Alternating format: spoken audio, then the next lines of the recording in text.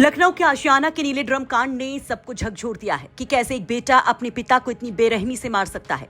कारोबारी मानवेंद्र सिंह की हत्या उनके ही बेटे अक्षत ने क्यों की? ये सवाल सबसे बड़ा है कि आखिर क्यों था अक्षत में इतना गुस्सा कि पहले उसने अपने पिता को गोली मारी, फिर शव के टुकड़े टुकड़े कर दिए। इसको लेकर तरह तरह की बातें हो रही हैं और इसमें है एक नीट वाला एंगल कि क्या वाकई नीट एग्जाम थी इसकी वजह? क्या वाकई अक्षत पर था पढ़ाई और कॉम्पिटिटिव एग्जाम का भयंकर प्रेशर जिसकी वजह से उसने उठाया ये खौफनाक कदम? दरअसल दावा किया जा रहा है कि अक्षत ने एक कोचिंग संस्थान से नीट की तैयारी की थी और 2 बार परीक्षा भी दी, लेकिन सफल नहीं हो पाया। पिता पढ़ाई को लेकर उस पर जोर डालते थे, डांट डपट भी लगाते थे। इसी से तंग आकर अक्षत ने खौफनाक कदम उठा डाला। लेकिन इस पर अब मानवेंद्र सिंह के भाई ने कर दिया है बड़ा खुलासा। भाई ने 19 फरवरी की रात से लेकर इतने बड़े हत्याकांड के खुलासे तक एक एक बात जो बताई वो हैरान करने वाली है। बहुत डराने वाली घटना है। पूरे मोहल्ले में मैं देख रहा हूँ इस वक्त शांति है और अलग सी। आप कहाँ थे उस वक्त जब ये घटना हुई है? आपको कब पता लगा?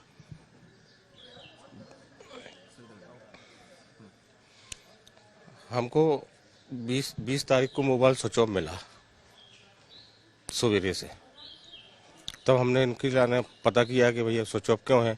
हमको बताया गया कि वो दिल्ली गए हैं। आपने किससे पूछी ये बात? उसके लड़के से, अक्षत से? हाँ अक्षत से। क्या कहा उसने? उसने कहा कि वो दिल्ली गए हैं, सुबह निकल गए थे और 2 दिन बाद वापस आएंगे। तो हमने कहा ठीक है। 1 दिन तक इंतजार किया। दूसरे दिन शाम तक है ना, वो दूसरे दिन शाम तक फिर भी स्विच ऑफ रहा। तो उसके बाद हमने कहा कि वो भैया स्विच ऑफ है, कह रहे इसके लाने चलो थाने में एप्लीकेशन दो। मोबाइल स्विच ऑफ नहीं होते उनके। आप ही ने कहा उनसे कि आप थाने में एप्लीकेशन दो? तो उसके बाद फिर एप्लीकेशन लिखी। सब लोगों ने मिलके एप्लीकेशन लिखी। एप्लीकेशन लिखने के बाद थाने में गए, मिसिंग की रिपोर्ट लिखाई। उसके बाद हम लोग कैमरे ढूंढते रहे और तलाश करते रहे, लेकिन कोई पता नहीं चला। कैमरे में जब उनकी गाड़ी इस घर से अंदर गई वो आपको दिखा 19 से 20 तारीख को? 19 तारीख की रात के 1 बजे वो शादी से आए और वो अंदर गए हैं। उसके बाद वो गाड़ी उस गेट से ना बाहर निकली और ना मानवेंद्र उस गेट से बाहर निकले। गाड़ी तो उन्होंने यहाँ खड़ी करी। तो मानवेंद्र अंदर गए? सीसीटीवी में दिखाई पड़ा? मानवेंद्र सीसीटीवी से बाहर आए, वो दिखाई नहीं पड़ा। तब उसको ये कब पता चला आपको? ये पता चला हमको 22 तारीख को। फिर आपने अक्षत से क्या कहा? फिर हम अक्षत पर आपको शक नहीं, शक नहीं किसी पे हुआ। हमने कहा चलो भाई मिसिंग। फिर के बाद थाने गए, एप्लीकेशन दी। थाने में उनसे कहा कि भैया हम 2 दिन हो गए, 2 दिन हो गए हैं, आप किसी तरह उनको दीजिए, तलाश करिए। फिर उन्होंने नहीं सुना। फिर उसके बाद हम डीएसपी ऑफिस गए कल। तब फिर उन्होंने फिर एक्शन में आए। फिर उन्होंने अपनी छानबीन शुरू करी। छानबीन के बाद फिर क्या हुआ? छानबीन के बाद फिर वो हम थे नहीं, हम तो तलाश रहे थे कहीं ना कहीं। फिर यहाँ फिर वो आई पुलिस, उनको उठा के ले गई। अक्षत पर शक कब किया आपने?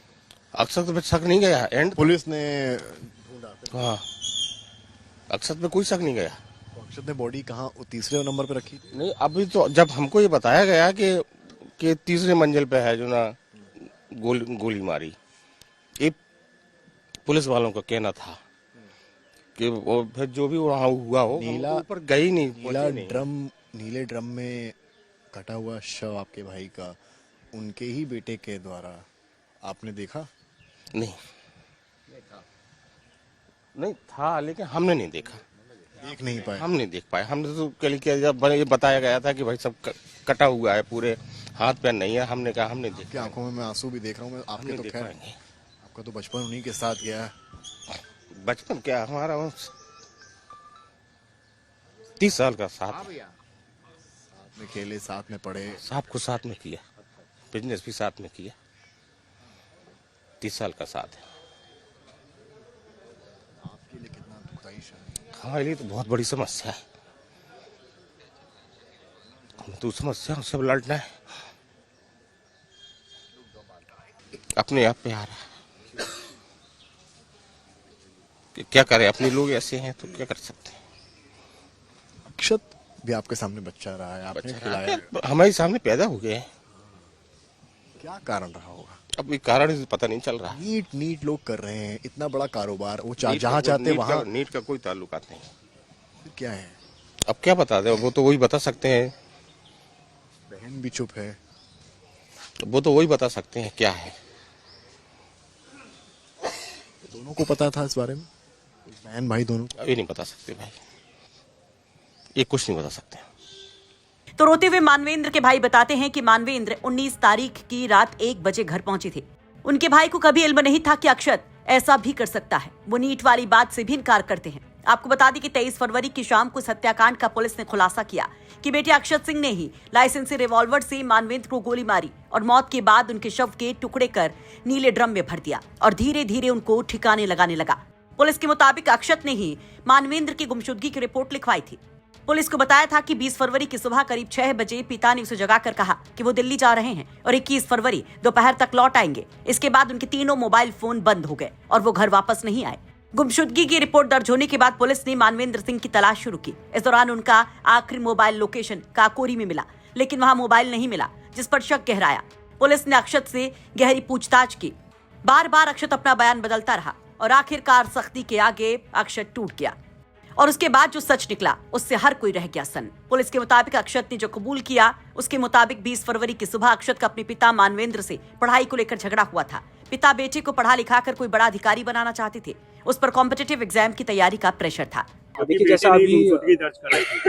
जैसा अभी तक अभियुक्त ने अपना जो भी इकबाल किया है उसमें वो बता रहा है कि उसके पिताजी उस पे प्रतियोगी परीक्षाओं के लिए तैयारी करने के लिए दबाव बनाते थे। इस क्रम में सुबह सुबह झगड़ा हुआ और राइफल से इसने गोली चला दी, जिसके कारण उनकी मौके पर ही मृत्यु हो गई। सर, गोली मारने के बाद पहले हत्या की, उसके बाद क्या बॉडी को ठिकाने लगाने के लिए इसने उसको काटा है, कहीं बॉडी का एक पार्ट फेंका है? जैसा हमने बताया आपको कि शव को साक्ष्य मिटाने के क्रम में शव के कुछ टुकड़े किए हैं और उसमें से जैसा उसने अभी बताया है कि हाथ और पैर को काट करके किसी जगह पे उसने फेंक दिया है और जो बॉडी का जो मेन धड़ है वो इनके ग्राउंड फ्लोर से मिला है, जिसकी उसने खुद ही बता दिया है, उसको परीक्षा बता दिया है और आला कत्ल को भी उसने बरामद करा दिया है।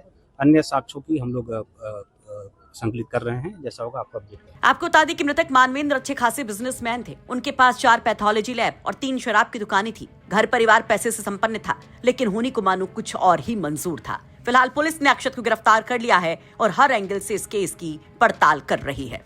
लखनऊ से समर श्रीवास्तव की रिपोर्ट, यूपी तक।